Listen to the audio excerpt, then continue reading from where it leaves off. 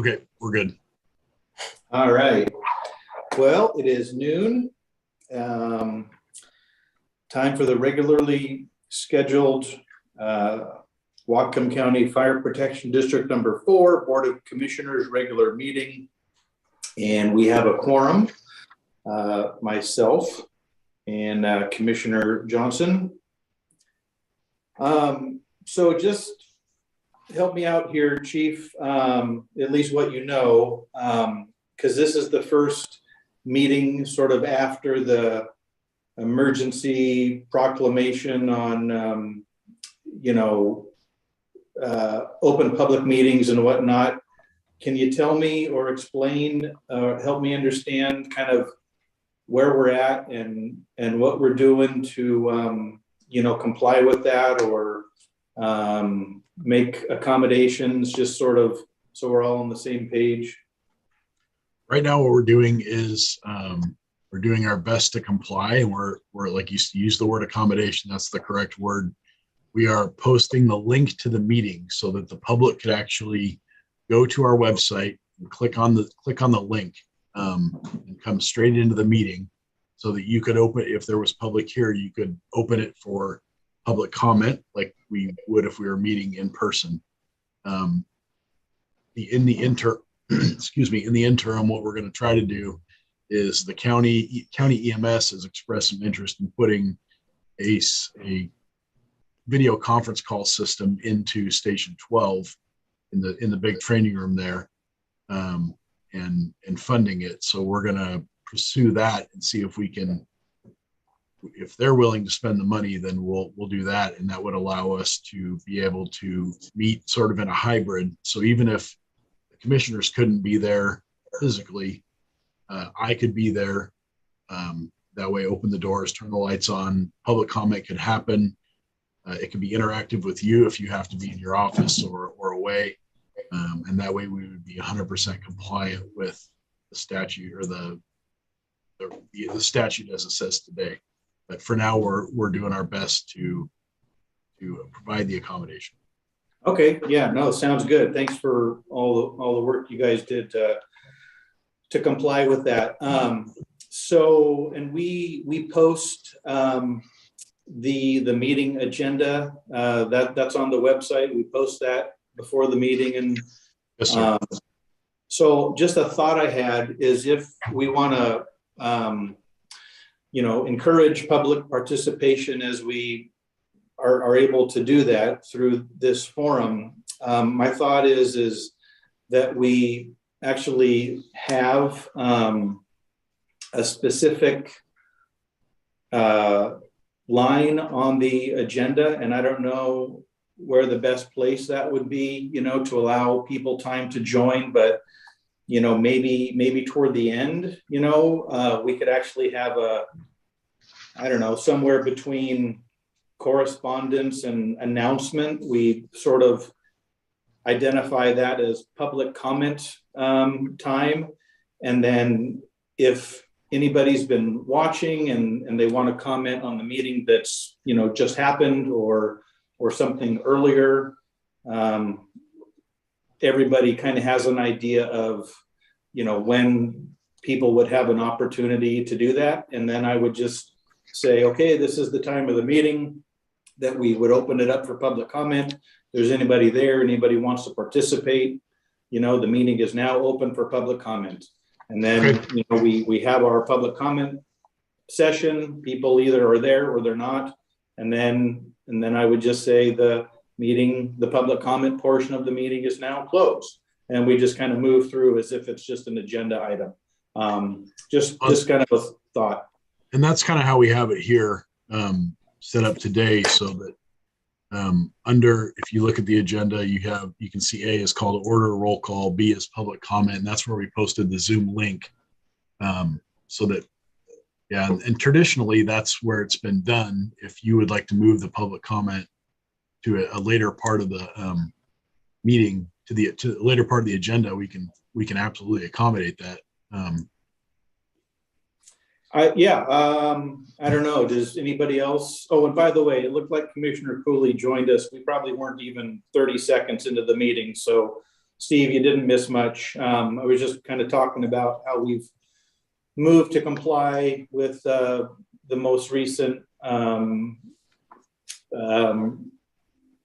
proclamation that doesn't really exist anymore for the, open public meetings. And then I was just, you heard the rest of it. So you guys have any thoughts about if the public comment portion of the meeting should be moved, or how we should, do that to create more opportunities for people? I'm comfortable with keeping it in its current location in the agenda, and right after the roll call, you roll into a public comment period for those who'd like to make any comment. Okay. It kind of forces people to, I guess, to be on time, ready to go. Yeah. All right. Steve, you have any thoughts on that? No thoughts. Would you refresh my memory? Were you suggesting to move it later in the meeting to give people more of an opportunity, or what were your thoughts? Yeah, that's kind of what I was thinking. And then, if anybody was watching the meeting and something came up at this particular meeting, then, they wouldn't have missed an opportunity for the public comment portion. Was kind of my thought to bring it toward the end of the meeting. Yeah, that makes sense to me. I don't think I have a strong feeling on it one way or the other, as long as we get the comment period in there somewhere. But I certainly see merit to what you're saying. I don't know, maybe we could check with the chief to see what other fire districts do. Yeah. But yeah, either way is fine with me. I'll ask around. I've got a place I can query people. Great. Thanks. Might be helpful just to know if anybody else does it this way, but. Yeah, I think it sounds like the consensus is, we don't really have any strong feelings where it goes. It's just the idea behind it would just be to, if one place or another in the meeting allows or creates more opportunities for people to comment, I think that's probably the direction we're going. Yeah, I would agree with that summary. Okay, so that takes us to the consent agenda. Item C. All matters within the consent agenda have been distributed to each member of the Board of Commissioners for review or considered routine and will be enacted by one motion of the board with no separate discussion. If a separate discussion is desired, that item may be removed from the consent agenda and placed on the regular agenda by request. Included in the consent agenda are the meeting minutes from the May 16th regular meeting, staff reports, which include the chief operations, training, and technical support reports, financial report, and vouchers, payroll, and benefits, to include the monthly expenditure payroll voucher of $512, monthly expenditure voucher at $575,966.25. And the expense fund revenue for May is listed at $159,727.22. Total expenditures for June, $576,478.25. Yeah, so that's the consent agenda. Everybody had a chance to review that, and any questions, comments?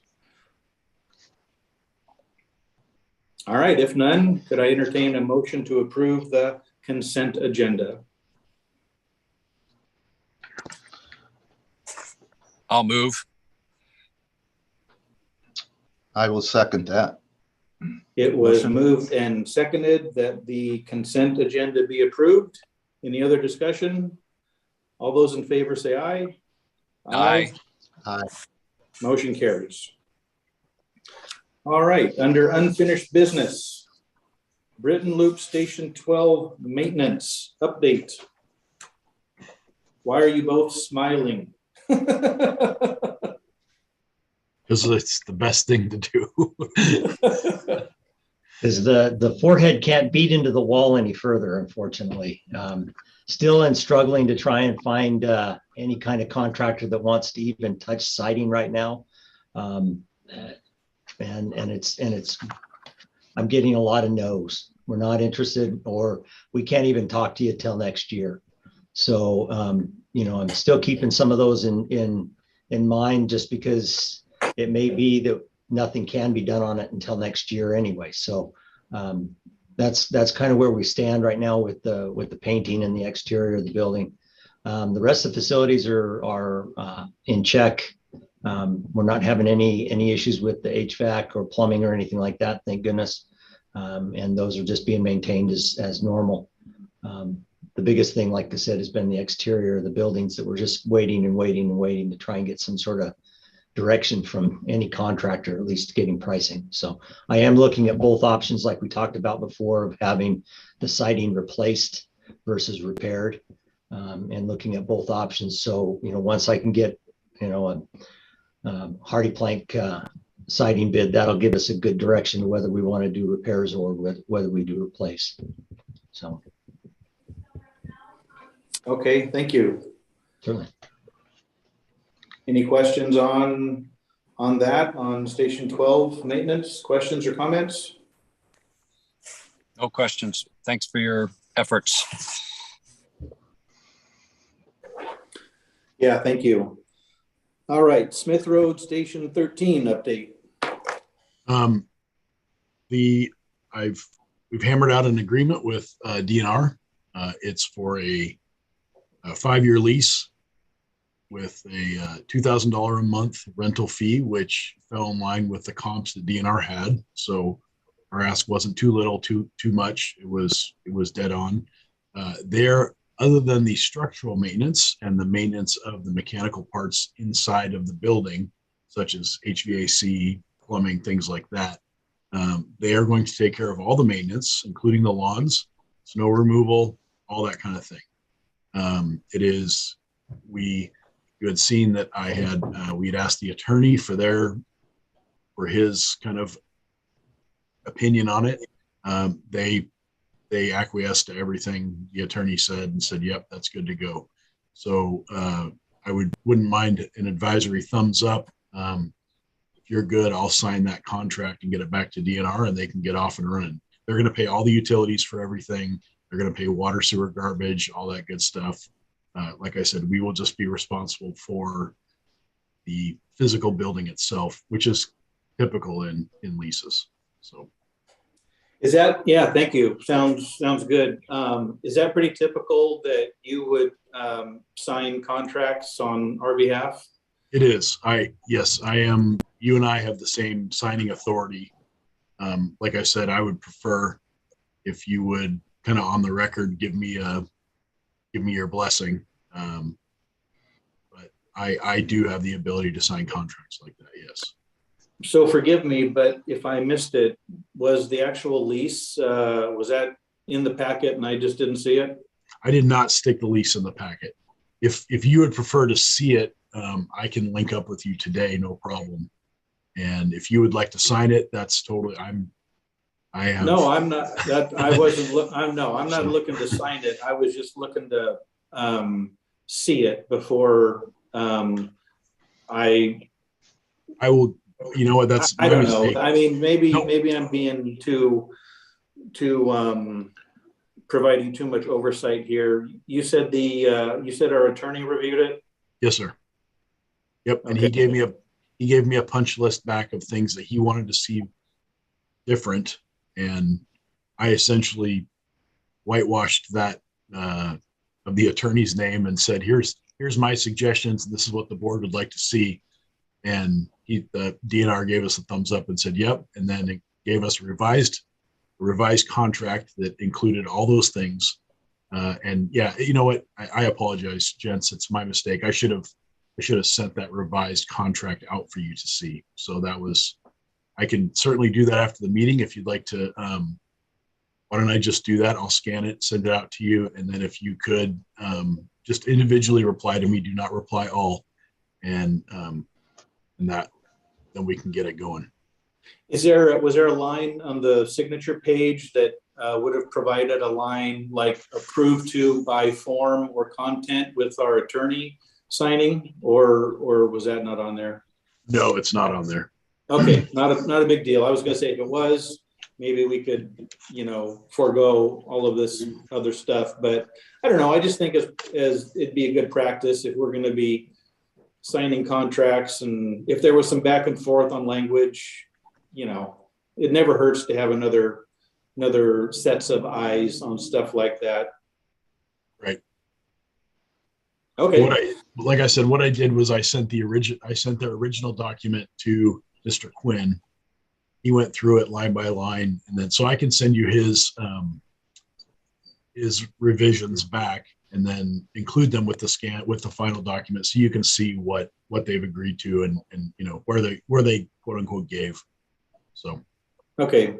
Yeah. Just for me, I think that'd be a better process. Perfect. If the other two commissioners want to make a motion and vote to give you that approval, that's up to them, and that would be a majority. But I guess Tim or Steve, are you comfortable giving the chief the ability to sign that right now, or would you prefer to kind of see some of the progression like I've been talking about? Well, I recall seeing our attorney's comments on it, and they seemed what he was requesting or recommending seemed very reasonable to me. So I'm very happy to hear that we've been able to get an agreement that the parties agreed to, and they are paying utilities and some of the things we're concerned about at the time. So thank you for the good work on that, Chief. And I'd be happy to take a look at it prior to it being executed. But once we do that, I'm certainly comfortable having the chief sign it. Yeah, thanks. Steve? Yeah, I would echo what Tim said. I'm happy to, if the chief wants to send the finished contract and include it as part of the packet at the end of this meeting. I'm happy to look it over. I too saw the attorney's original request for changes. So yeah, if we include it in the packet, and then we can each send him an individual email saying, yeah, looks good. I'm happy to do that. So, okay. Yeah, thanks. Yeah, appreciate that feedback, Tim and Steve. I didn't want to feel like I was driving us, in a direction that, was pointless. So sounds like maybe we could take a look at that, and doesn't sound like there'd be much of a delay, Chief. So yeah, appreciate that. So Chief, just to clarify, if I may, we're not granting you authority to sign it, right? You have authority already. You would just appreciate an advisory vote, kind of, words supporting you. When I do the same thing with D21, if there's any kind of legal thing that we're entering to outside of a routine office, for a copier, I'm not going to ask the board about a copier lease or something like that. But something like this, where we're talking about real property, I just feel like the board that there would be an advisory vote that we can reflect back on in the minutes later if we need to. So, well, so for the minutes, it sounds like, just to make it part of the record, that there's, sorry, forgot to silence that. Sounds like there's unanimous consent that we would go ahead and, approve that and ask you to sign on our behalf. We would just, pend that, your signature on that lease, just allowing us time to review the final lease. But clearly you've got the green light to do that once we've had a look. Yep. Nope, that makes total sense. I'm good with that. All right, on the new business, I'm sorry, any other unfinished business on anything? Okay, the new business was the meeting with the Bellingham mayor that we had last week. And I think the chief did a great job of sort of summarizing it in his chief's report.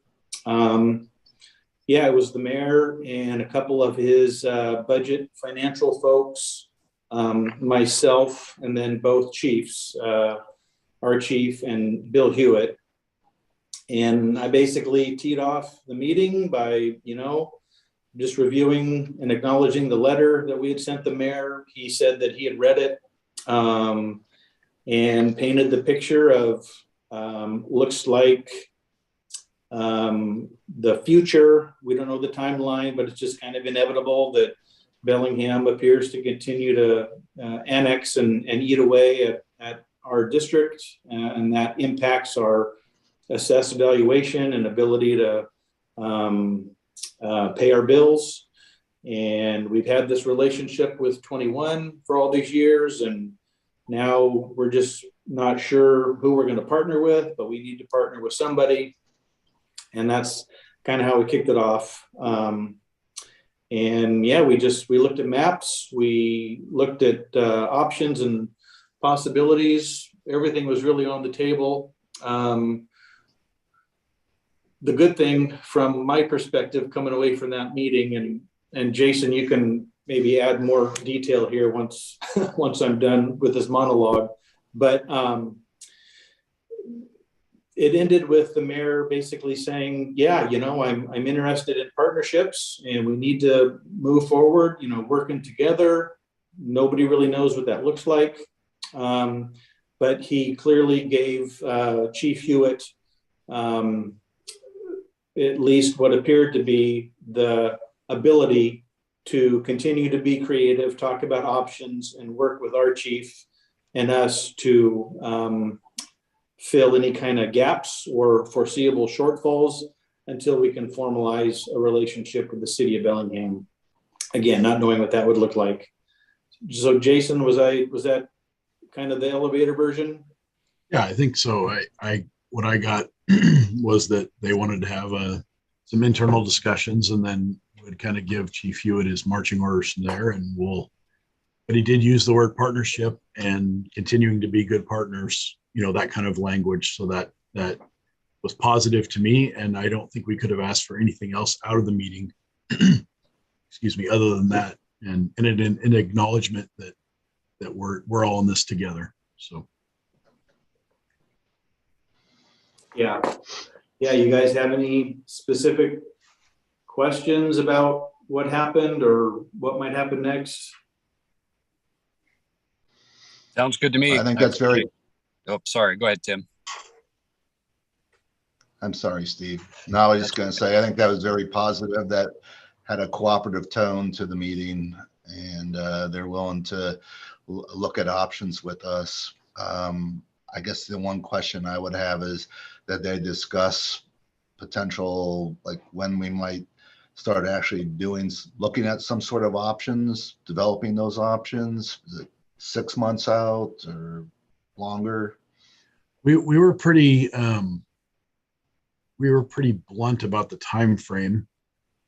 He asked how long is the current agreement with District 21, and then what were District 21's kind of direction going forward.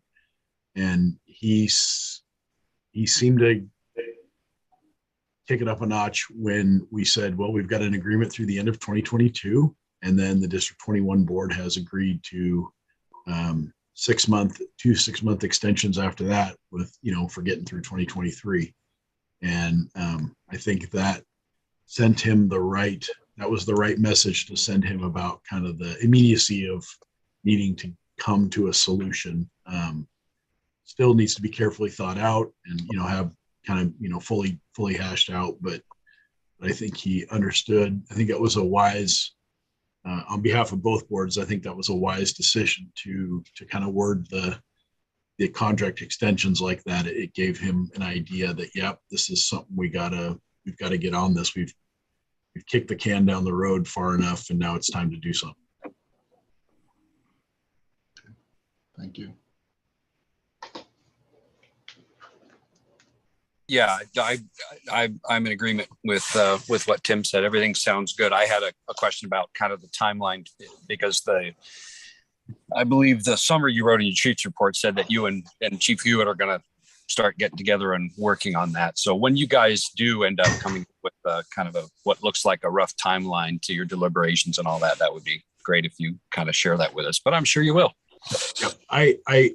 as I envision it, that we'll start with, we'll actually reverse plan the whole thing. And you know what I mean? Kind of try to reverse plan the whole thing backwards, just so we can start with an ending date in mind. So. Sounds good. Thank you. All right, thanks. Doesn't look like there's any correspondence. Anything come in at the last minute, Chief? Oh, just that single letter from the homeowner on North Shore there. Okay. Yeah, I had a question about that. Did we respond to him in writing, or how did we respond to him? Actually, Chief Ward initially took a phone call from him, and I wasn't in the office, but by all accounts handled it very well. The staff was singing his praises when he got off the phone, although apparently it did come with a soaking wet sweat mop. So, and then Chief Ward encouraged him to write a letter to the board, just so that they, that it would, so that it could kind of be entered in the official notice. So, yeah. Okay. John, if you want to add anything about how your phone call ended, or. Well, my big question was, I appreciate that. And yeah, I'm certainly willing to hear from him, but my big question is perhaps to Mark and Tim. My thought is, since he wrote a letter to the board, do we need to respond to that in writing? It might be nice to have something on the record that we did respond. So I don't know, that was my one question I wanted to discuss with you all. What are your thoughts? Yeah, sure. I'm happy to. I agree. Okay. I'd be happy to draft something for all of us to sign, or I just, in my personal experience, it's always been, I've always been really committed to trying to respond to letters like that directly. I mean, I really appreciate that the chief took that call, and I have no doubt that it went just like you're saying, but I just would hate for there to be any kind of a claim later that, well, we just ignored the letter, never responded. So I'm happy to draft something to send to the chief, and I don't know how we can do that, or we can discuss it. No, that sounds great. If you're willing to do that, I don't feel the need to have any sort of, review process. I mean, you can write and sign it either on behalf of yourself or the board. I would be perfectly comfortable and happy with whatever you want to do and whenever you want to do it. Okay. Tim, what do you tell? What, if you don't mind, Mr. Chairman, if I can get Tim's thoughts on that too? Yeah, Steve, thanks for offering that up. I totally support that. I think it would be good for there to be a written response to the citizens' concerns. So thank you. And I can just sign it as a board member, and I won't reference that you all are approving it either. It'll be a cordial response and kind of probably echoing some of the things the chief told him, but. Okay. If you change your mind at the last minute and want to send it on behalf of the board, I'd be good with that too. Okay, thank you. I'll get with you, Chief Vanderveen, and we'll discuss. Okay, sounds good. All right, July 18th for the next board meeting. Does that still work for everybody? Works for me. I'm seeing not. Yep. Works for me. Okay. Works for me as well. Are we still thinking of continuing with the noon Zoom call, or from your comments earlier, Chief, it sounds like we potentially could do something hybrid? We could potentially do something hybrid. I don't know that it will be in place by July. With the what do you call it? The supply chain right now. It could take a couple months to get up and running. Okay, so we're still looking at July 18th, noon. All right. And then for the next agenda item for the next meeting, we've got Regional Fire Authority / merger, possibly that discussion coming up next month. Anybody have anything else that they'd want to tee up at all for the next month's meeting? kind of see how things go. Okay. So just before we kind of wrap things up here, Chief, I just wanted to double check. Has anybody, any of our citizens or anybody else, indicated that they want to speak or public comment or anything like that? No one is asked to join the meeting. Okay. All right. And documents for us to sign are at the fire station in the drawer? Yep. Okay. One, just to go to the order. Have you all received emails about the Washington State Fire Commissioners Conference in October? No. No. Okay. So We'll forward them out. I'll forward them out to you guys so you can see it happens in Spokane, October 27th and 28th. And it's an educational conference, a chance to network, find out what other departments are doing, or other districts are doing, how they're tackling problems. It's a good educational opportunity and a chance to meet other commissioners. I will make sure that we get something out to you so that you can see. They haven't released a ton of information about it yet, but they have started to push some out. So we'll get that out to you. You said this was in October? Yes, sir. So just something to consider. If the three of us, wanted to go, perfectly fine. We would just need to remember that we would constitute a quorum, and we wouldn't want to be conducting any kind of business while we were at the meeting over there.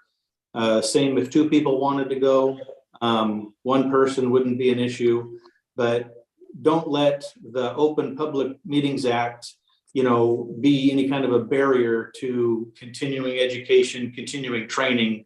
We just need to make sure that if more than one of us is there, we're not conducting any business. Copy that. All right. All right. Anything else? Not for me. Thanks, everybody. And if not, we are adjourned. All right. Thank you.